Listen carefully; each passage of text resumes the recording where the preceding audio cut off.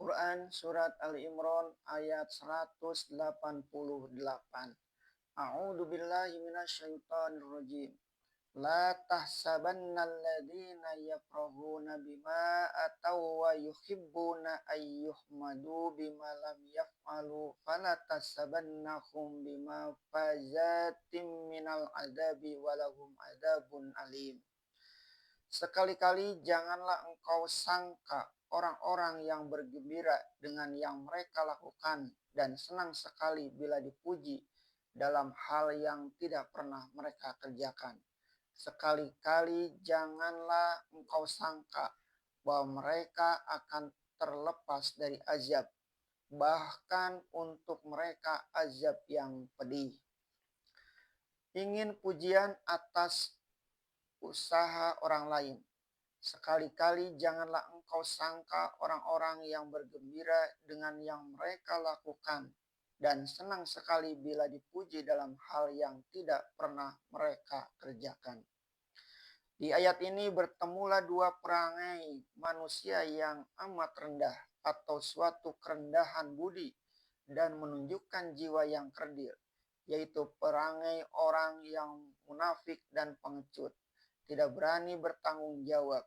Pertama ialah orang yang gembira dengan yang telah mereka lakukan.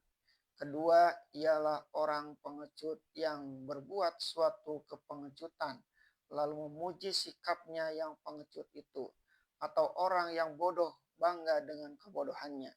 Seumpama seorang yang memang jiwanya kerdil melihat seorang pejuang telah menjadi korban keyakinannya, atau orang itu dibuang atau dipenjarakan atau tewas di medan jihad, maka si pengecut ini membanggakan diri dan gembira sebab dia telah memilih satu perbuatan yang katanya benar, yaitu tidak turut berjuang, sehingga dia tidak jadi korban.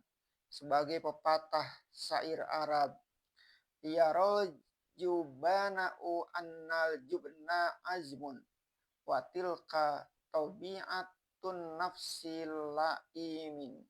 Si pengecut berpendapat bahwa pengecut itu adalah satu perhitungan yang tepat. Itulah dia perangai nafsu yang hina. Ketika terjadi perjuangan kemerdekaan menentang penjajahan, ada seorang pejuang yang ditangkap Belanda, lalu dihukum dan dimasukkan ke penjara. Maka berkatalah orang sekampungnya, lebih baik bodoh semacam kita ini saja, selamat awak dari bahaya. Yang kedua ialah orang yang senang sekali dipuji dalam hal yang tidak pernah dia kerjakan sendiri. Seumpama seorang pengecut yang ikut menurutkan seorang pemburu harimau. Setelah kedengaran raungan harimau itu di hutan lebat, pemburu tadi bersiap menanti sambil mengikang bedilnya. Akan tetapi si pengecut tadi telah terbang, memanjat pohon kayu yang tinggi dengan sangat ketakutan. Bedil pun meletus, harimau itu tersungkur jatuh karena tepat kena pada kepalanya. Setelah harimau mati, datanglah pemotret mengambil gambar kejadian bersejarah itu. Pemburu yang mahir itu tegak ke pinggir menggosok-gosok bedilnya yang telah berhasil menewaskan raja hutan yang besar dan ganas itu. Sedang si pengecut tadi dengan tidak tahu malu berjalan cepat-cepat dengan tidak menanti undangan menuju bangkai binatang itu dan meletakkan kakinya di atas kepala bangkai binatang harimau itu. Sehingga yang kelihatan dalam gambar ialah yang menginjak bangkai itu dengan kakinya, sedang yang menewaskannya hanya tegak di tepi menggosok-gosok bedil. Antara riwayat sebab turunnya ayat ini kita salinkan, yaitu satu riwayat yang disampaikan oleh Bukhari dan Muslim yang mereka terima dari Abu Sa'id Al-Khudri, bahwasanya beberapa kaum munafik telah mengelak-elak dan bersembunyi jauh-jauh ketika Rasulullah SAW menyampaikan seruan untuk pergi berperang, berjihad fi sabilillah. Mereka merasa senang sebab diri mereka telah terlepas dari beban turut berjihad. Akan tetapi setelah Rasulullah pulang dari perang dengan hasil yang gemilang, mereka pun datang menemui Rasulullah SAW, meminta maaf dan mengemukakan beberapa alasan mengapa mereka tidak turut pergi dan tidak keberatan memakai sumpah juga. Dan ketika orang telah membicarakan kemenangan yang tercapai, dengan tak ada rasa malu, mereka pun turut berbicara bahwa meskipun mereka tidak pergi, mereka pun secara diam-diam di garis belakang turut juga membantu. Tersebut juga dalam riwayat yang lain dirawikan oleh Ibnu Jarir dari Ibnu Abbas bahwa yang dimaksud oleh ayat ini ialah orang-orang munafik yang tidak benar dan mereka senang sekali dipuji dalam hal-hal yang tidak pernah mereka kerjakan. Dan ada lagi sebuah riwayat dari Ad-Dahhak yang hampir serupa dengan riwayat Ibnu Abbas itu.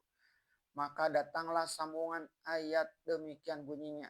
Sekali-kali janganlah engkau sangka bahwa mereka akan terlepas dari azab, bahwa untuk mereka azab yang pedih. Azab atau siksaan yang diancamkan oleh Allah itu niscaya melalui dua masa. Pertama ialah azab selama hidup di dunia karena hilangnya kepercayaan orang atas diri mereka, karena martabat jiwa mereka yang telah jatuh hingga wibawa dan turun gengsi. Azab yang kedua ialah azab akhirat yang amat hina. Di sini teringatlah kita akan perkataan Qatadah, Imam Tabi'in yang besar, yang telah kita salinkan di atas tadi, yaitu bahwasannya ayat ini bukanlah semata-mata mengenai munafik Madinah, sebagai hadis Abu Sa'id Al-Khudri yang diriwayatkan oleh Bukhari dan Muslim tadi, atau munafik Yahudi sebagai yang dirawikan oleh Ibnu Jarir dari Ibnu Abbas itu malahan sangat sesuai dengan umat Muhammad yang disebut ulama yang ingin sangat akan pujian. Padahal pekerjaan mereka hanyalah mengeluarkan fatwa guna menyenangkan hati orang-orang yang berkuasa. Dan untuk itu dia beroleh bintang-bintang penghias dada. Berkata Syed Rashid Ridho di dalam tafsirnya, dahulu kala raja-raja dan sultan-sultan serta penguasa-penguasa negara sengaja mendekati dan menghubungi ulama-ulama serta ahli-ahli sufi untuk menarik mereka supaya dapat jadi penyokong kekuasaan mereka. Sedangkan ulama-ulama yang didekati penguasa itu selalu menjaga martabat dirinya. Setengah dari ulama-ulama itu memberi raja-raja tadi azimat tangkal bahaya, dan setengah lagi memberi nasihat supaya raja bertakwa kepada Allah, selalu awas dan waspada menjaga perintah Allah. Lantaran nasihat itu benar-benar timbul dari hati yang ikhlas, tidak mengharap apa-apa, raja-raja itu segan kepada mereka. Tetapi kemudian keadaan telah berbalik, kekuasaan takwa, yaitu jiwa besar dan tidak gentar menghadapi siapapun karena merasa lebih dekat kepada Allah yang mestinya ada pada ulama, bertambah lama bertambah lemah berhadapan dengan kekuasaan harta benda dan pangkat.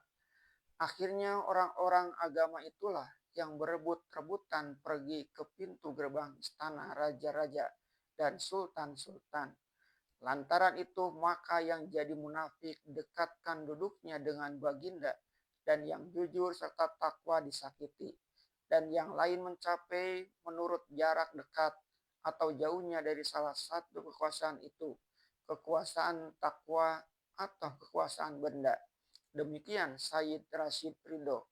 Ayat ini pun memberikan petunjuk kepada kita tentang salah satu kelemahan manusia, yaitu bahwasanya manusia itu bisa dimabukkan oleh pujian-pujian, sehingga lantaran mabuknya suka juga dia dipuji dalam hal yang tidak pernah dia kerjakan. Itulah sebabnya Sayyidina Ali bin Abi Thalib Apabila dipuji orang berhadapan dibalasnya pada waktu itu dengan perkataan, jangan aku dipuji, aku lebih tahu